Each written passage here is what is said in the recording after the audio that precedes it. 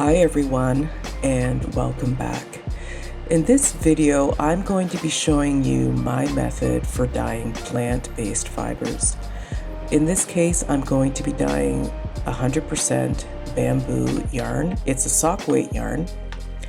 And dyeing plant-based fibers is quite different from dyeing protein-based fibers.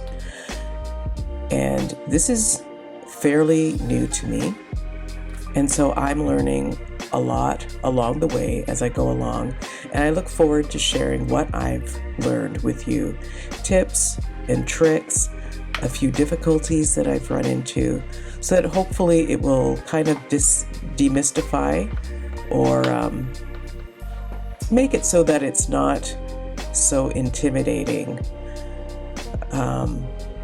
dyeing this type of fiber, because I do feel that, well, in my case anyway, I was a little bit reluctant to try it because I knew that it was going to be different. But I was really happy with the results that I got, and so my goal is, when you watch this video, that you'll see that you too can get beautiful results. Even though there is a few challenges, don't let those hold you back. So I hope you enjoy this video, and I will explain what I'm doing along the way.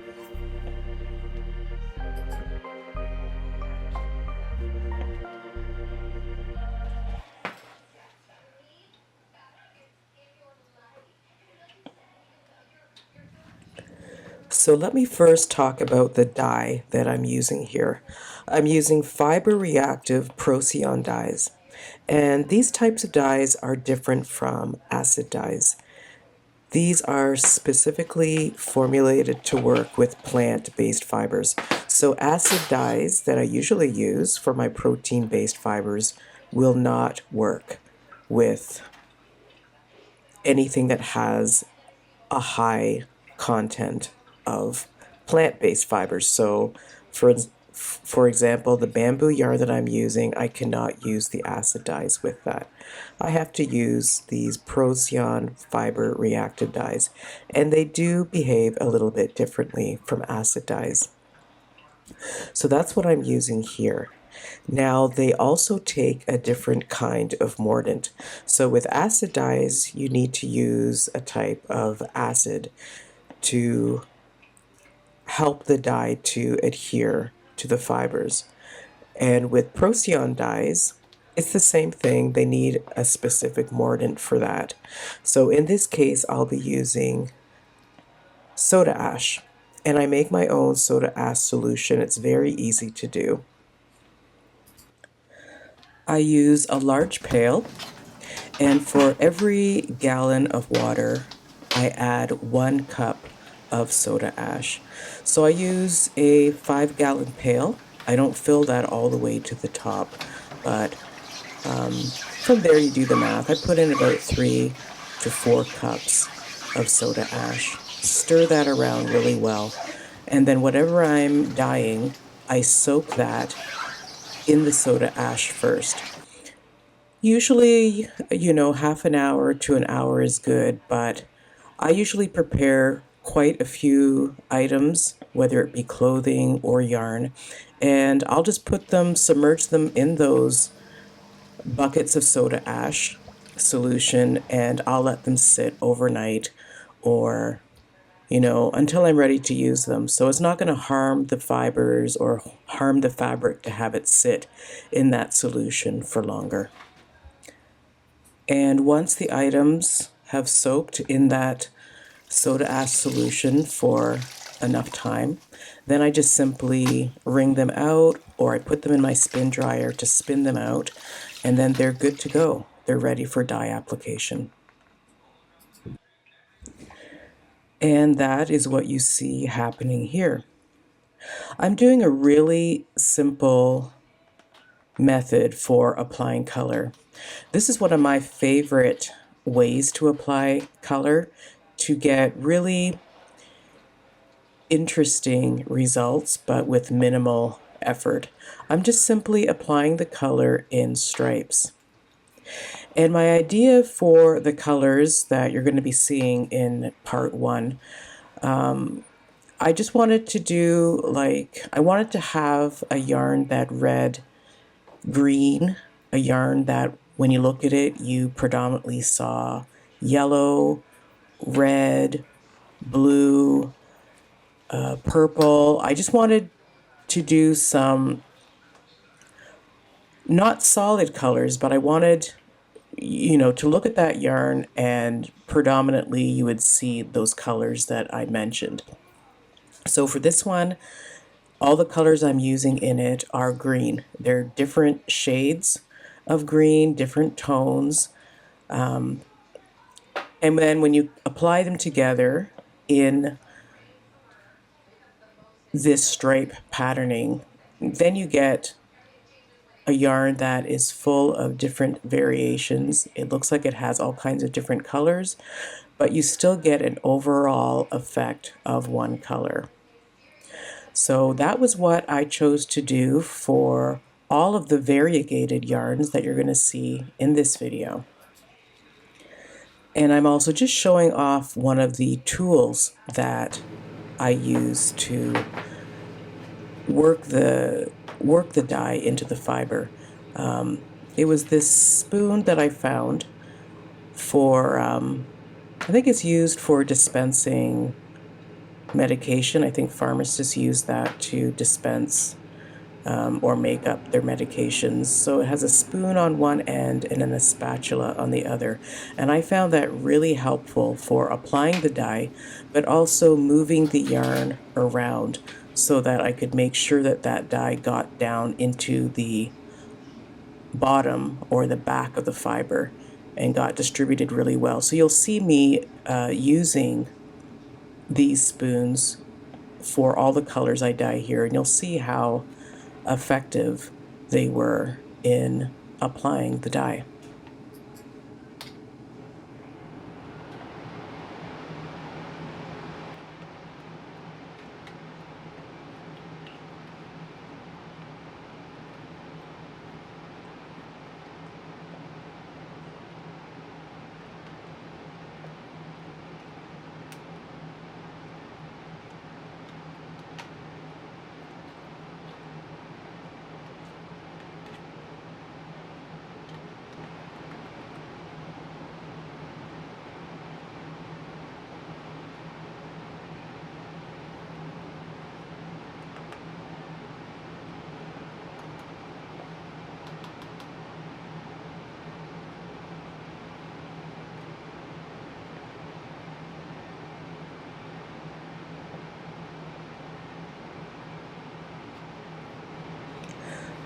For my dye application, I'm using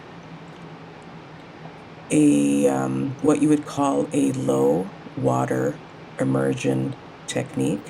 So you can see here as I push the fibers around, I'm trying to get that dye to flow around all of the strands of the yarn and get evenly distributed. So you can see that there is some liquid in this pan. It's a very low amount of water, so it is not even covering the yarn. You can just see it when I separate the fibers. You can see where that water is. And I've chosen this immersion, this low immersion method for applying these Procyon dyes because it's what I'm used to. I use this method for, I would say, about 99% of my dyeing when I do protein fibers. So it's what I'm comfortable with. I feel I get, for the style of dyeing and for the colors that I like to create, this method is the best for me. And I wasn't sure if it would work using these Procyon dyes because in all the research that I did, I really didn't find anyone applying the dye using this method. I went ahead and did it, and I'm glad I did because it did work. And so a little bit later on, I talk a little bit about why I thought it might not work, why I was concerned. And also I'll discuss a little bit about Another reason why I think this method of low immersion dyeing is really practical, from a practical standpoint, I will talk about that as well.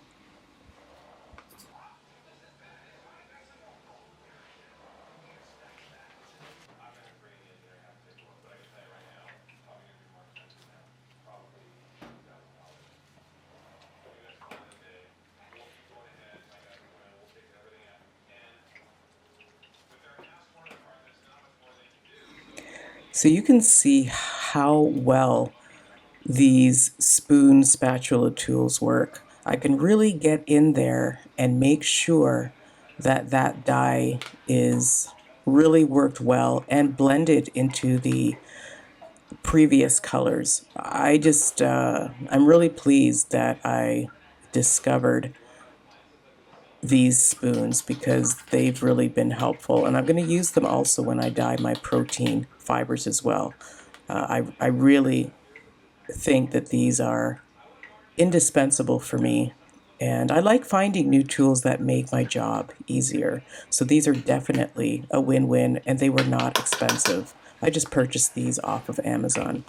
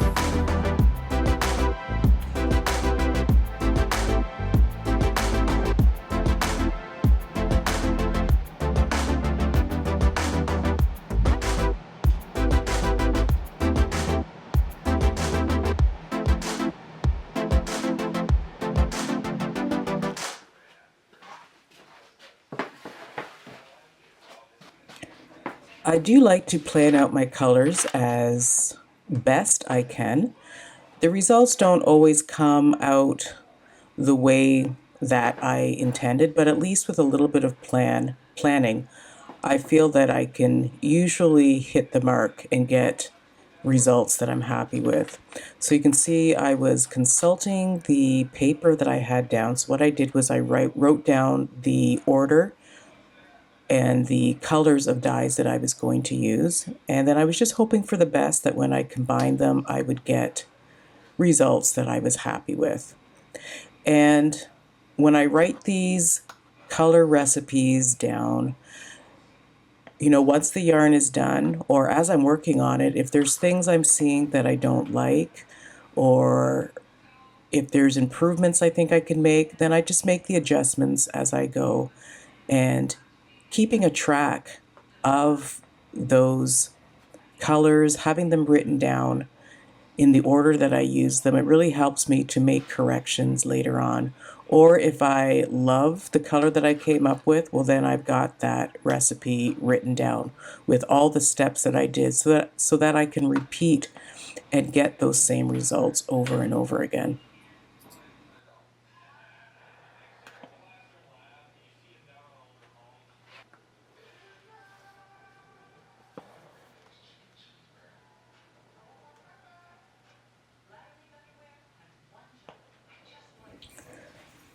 I'm going to take a minute and just talk about some of the concerns that I had in dyeing this yarn, or in using these types of dyes. Fiber reactive dyes are different, or they behave differently from acid dyes. Acid dyes usually will totally absorb into the fiber. So you've seen my other videos, you know, that's what I use, is acid dyes. When I apply the dye, within a period of time, all of that dye is usually absorbed into the fibers and the water is clear. So wash up is very minimal, and I don't have all of this dye to pour out and dispose of. Fiber reactive Procyon dyes they work exactly the opposite. They don't, it's not truthful to say that they don't absorb into the fibers, because they do, but they don't totally absorb in. So really what you do is you pour the dye on, it will absorb as much as it can, but there will always be dye left over that doesn't fully incorporate and that you have to get rid of. And so when you're washing the yarn, it can be kind of traumatic to see all of this dye running out of the yarn and thinking that it's bleeding and that nothing has adhered to the fibers. So I went into this knowing that that was the reality. But the other concern I had is that I can't store these dyes in liquid form for a period of time. My acid dyes, I like to mix them up in big jugs, and I can keep them for months. You know, some of my dyes have been sitting there for a couple of years, and I haven't totally used them up. And when I go to use them, they're totally fine. Fiber reactive dyes do not work that way. As soon as you mix them with water, they start reacting and they start losing their strength. So they're their most potent when you first mix them and apply them. And then as hours go by, they lose their strength. So you can't mix up this yarn and then store it and use it. It just won't work. So with the colors that I was dyeing, because I was going to be using quite a few colors and probably a little amount at a time, I didn't want to mix up all of this dye and have extra color that wasn't going to be usable for other projects, you know, and then I would just have to dump it. So that was my concern.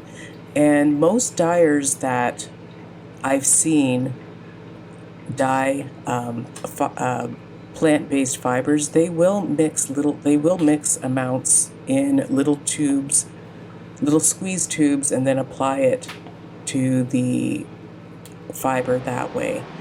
And I just thought, you know what, I'm gonna have all of this leftover dye that I'm not going to be able to use later because it's gonna not be as potent, and then I'm just gonna have to dump it, and it's gonna be a big waste. So my solution to that was to use the method that I'm doing that you've seen in these videos, and it's a method that I'm used to anyway, having that low amount of water and then just directly applying that powdered dye so that I have nothing left over. The only thing I have to deal with is whatever dye is not absorbed in the fiber after the application. I don't have to store any liquid stuff. I don't have to get rid of it. And plus, using the powdered dye directly on the fibers, you're getting the best color payoff. It's in its strongest form here. So right from the bat, I'm ensuring that I'm going to have really rich, intense color that will give good coverage. And that's what I experienced. So I'm really glad that I did this method. My only concern was that because there is going to be dye that doesn't fully get absorbed, I was thinking that, those colors would all run together and mix and not stay separate, and then maybe just produce a muddy color. So my solution to that was just to really keep the water level down so that dye really didn't have any place to run because there wasn't enough water to make it spread. So you can see how much work it took for me to disperse that color. Like, I really had to work that color in. And that's because there was so little water in the pan. And that was on purpose so that I could really control where that color was going to be. And I'm really happy with the results. It worked out perfectly. I didn't have any leftover dye in bottles that I had to throw out. And now that I know that this method works, it's going to be my method of choice.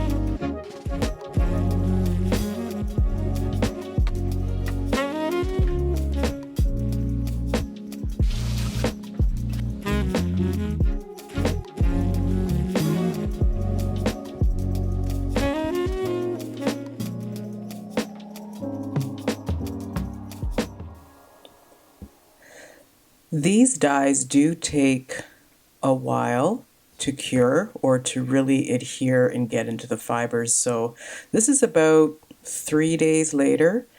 I just kept the yarn in my oven. The oven's not turned on, but I wanted to keep it in a warm environment because my basement is cold. And these dyes don't technically require heat, but they still need to be at a certain temperature to work properly, and that's 70 degrees or higher. So since my basement was chilly, I wanted to just keep them in a regulated temperature that would be warm enough for them to react properly. And I am just admiring how wonderful the yarn came out.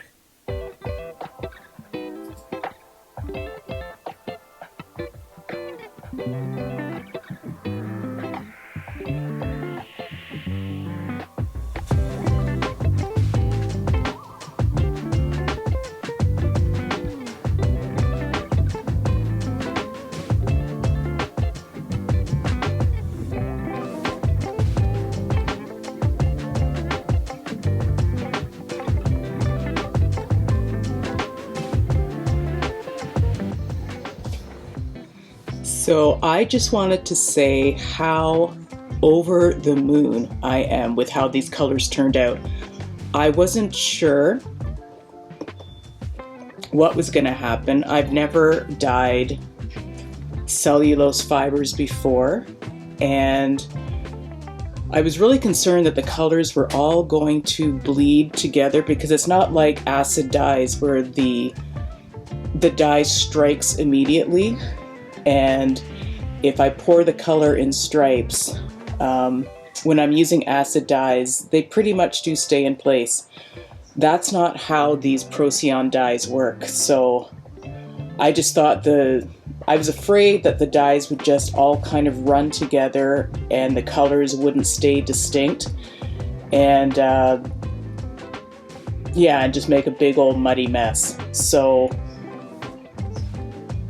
I did my research, and really there isn't a whole lot of information. Most dyers that are dyeing plant-based fibers, they'll put the dye in squeeze bottles, they'll lay the yarn out, and then they'll apply their color that way.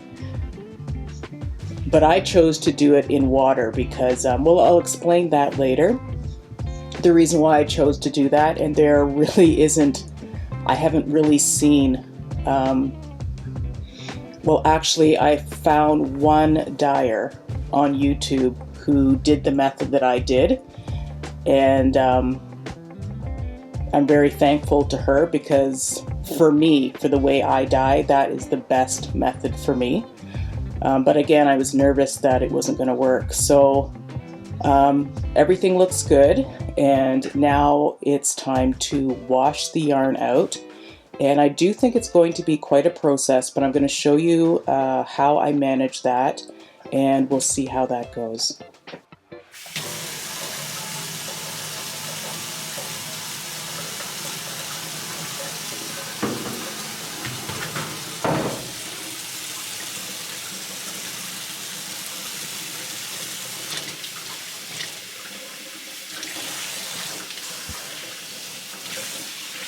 I'm starting first with rinsing out the yarn with cold water.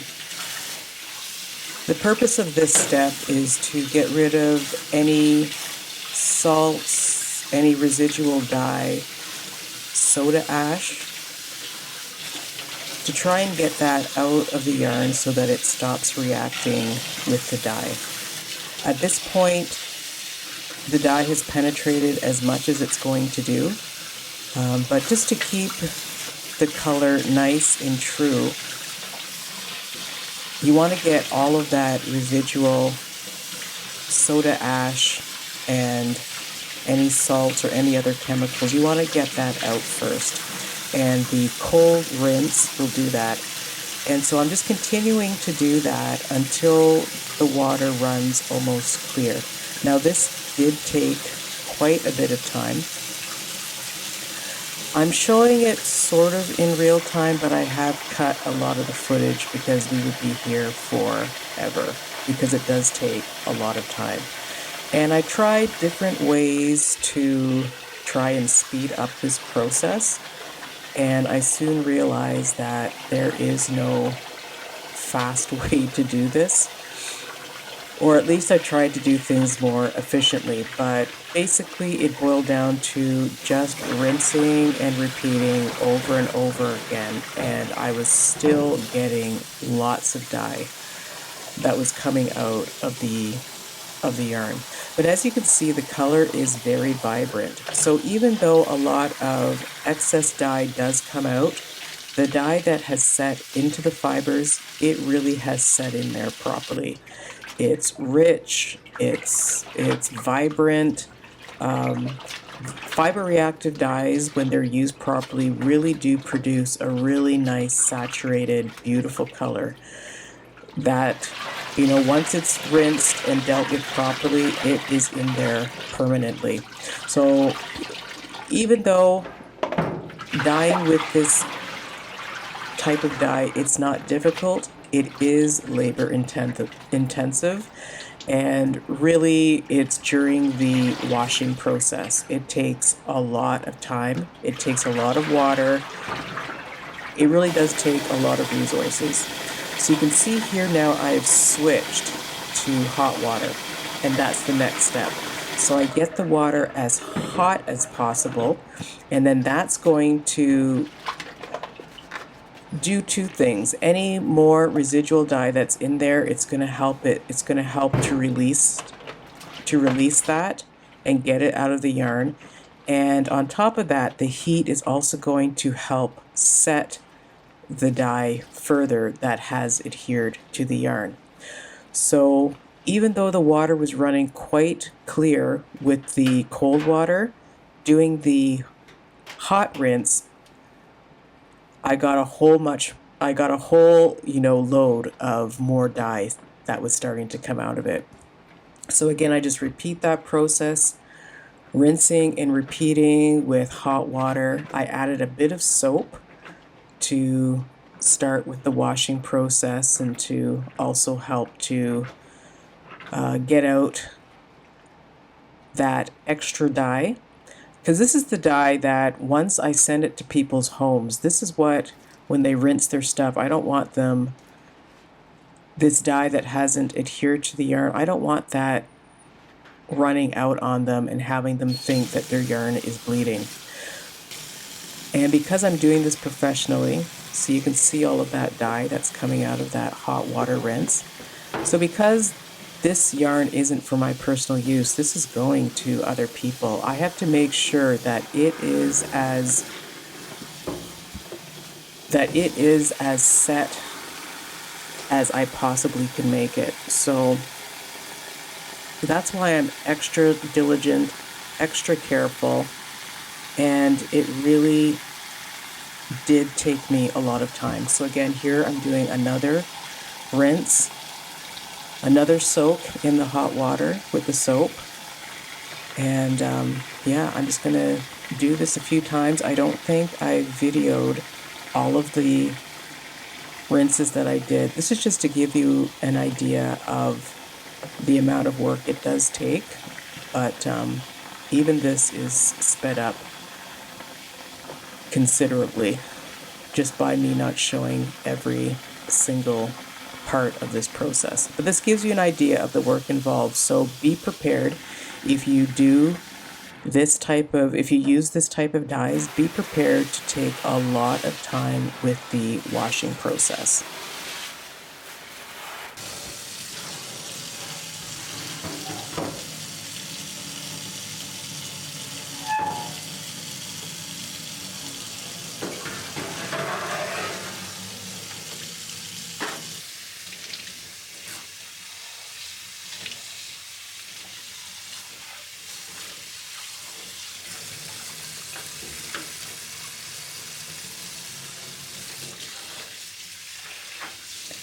So here I am again repeating those same steps. I'm starting with cold water to rinse out as much excess dye and soda ash as I can.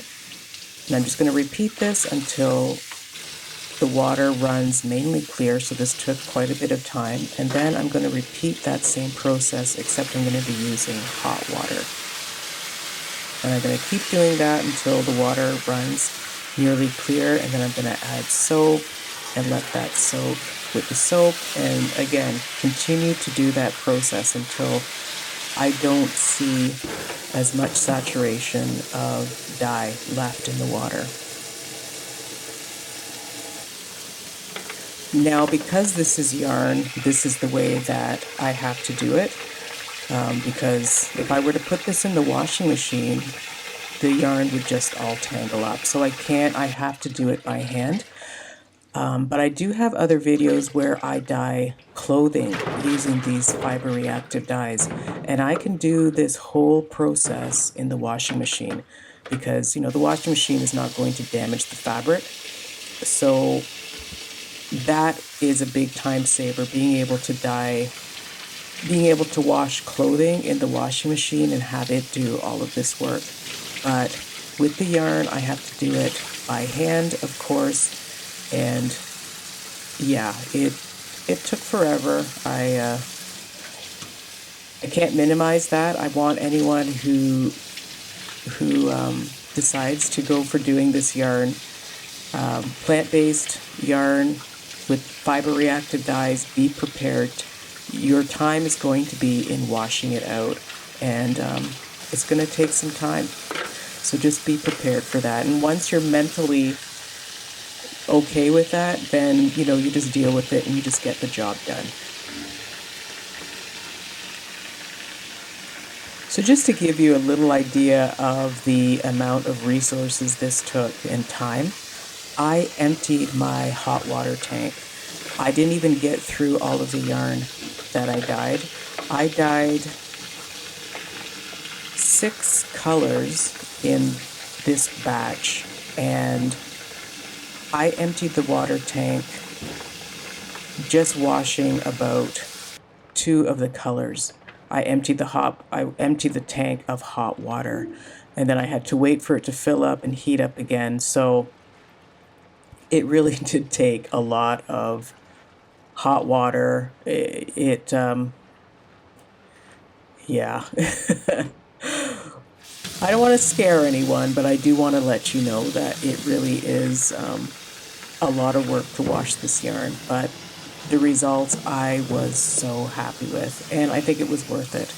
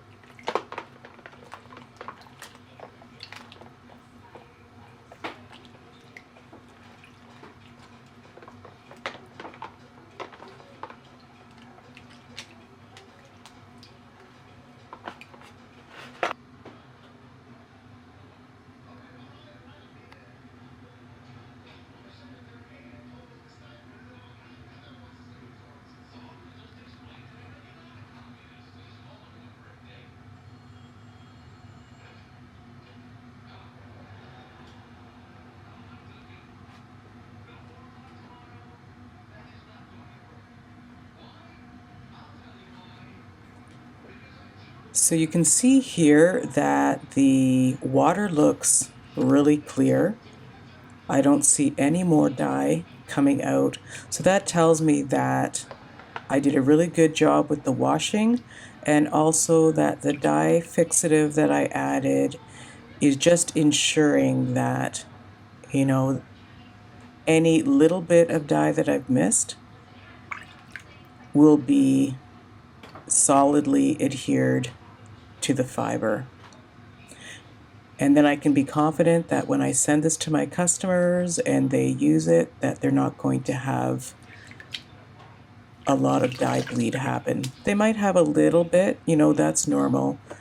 Even when you buy commercially dyed clothing or so forth, they'll even recommend that with colored things that you wash them separately the first few washes, because there still might be a little bit of dye, excess dye that comes out. So that is normal, but I really try my best to get out as much of that as possible so that any dye that does come, if any, is very minimal.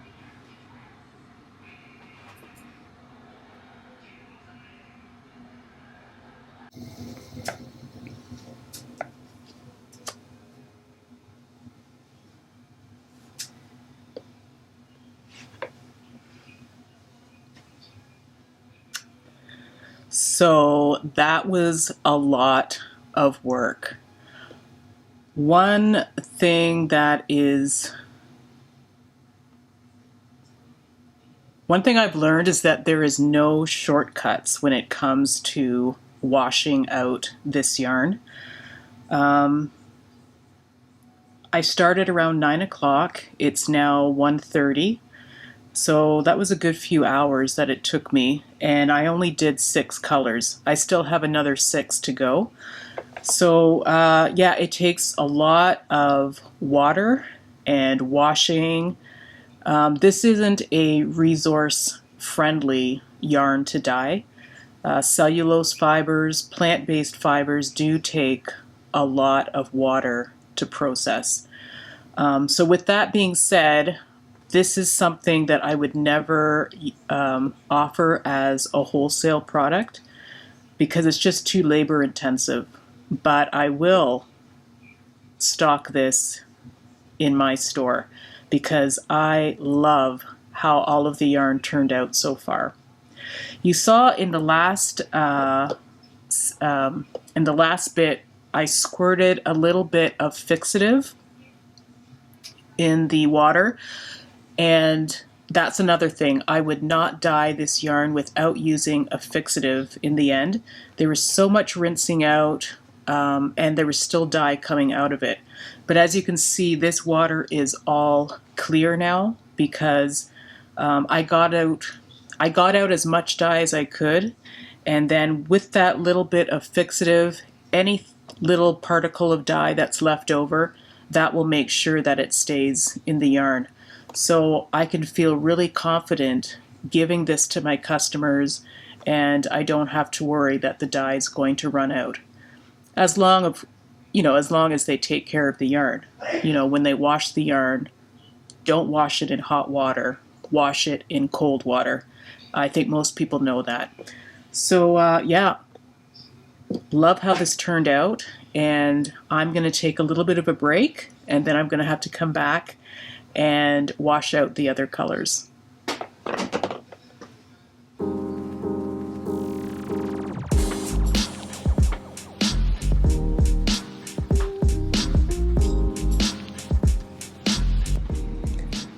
Well, that was a lot of information that I covered in this video. I love learning new things, and I especially love sharing the new things that I've learned. So I hope that this video is informative and that you find it helpful in your own dyeing journey. If you enjoy learning new things as well, then please like and share this content that you're seeing. It really does help my channel to grow. Subscribe and hit the bell notification if you'd like to be notified when I upload new videos. I'm so excited to be sharing this new leg of my dye journey with you, and stay tuned to part 2 of this series where I'm going to be doing speckled colors on plant-based fibers. So I'm going to be using the same dye, but I'm going to be using the speckle technique. And I think that is one of everyone's favorite color combinations, is speckles. So I'm excited to share that with you in part 2. Again, I want to thank you so much for watching my videos. I hope that you find them enjoyable. I hope that you find them informative and that they give you a bit of encouragement to explore your own creativity. So until next time, bye.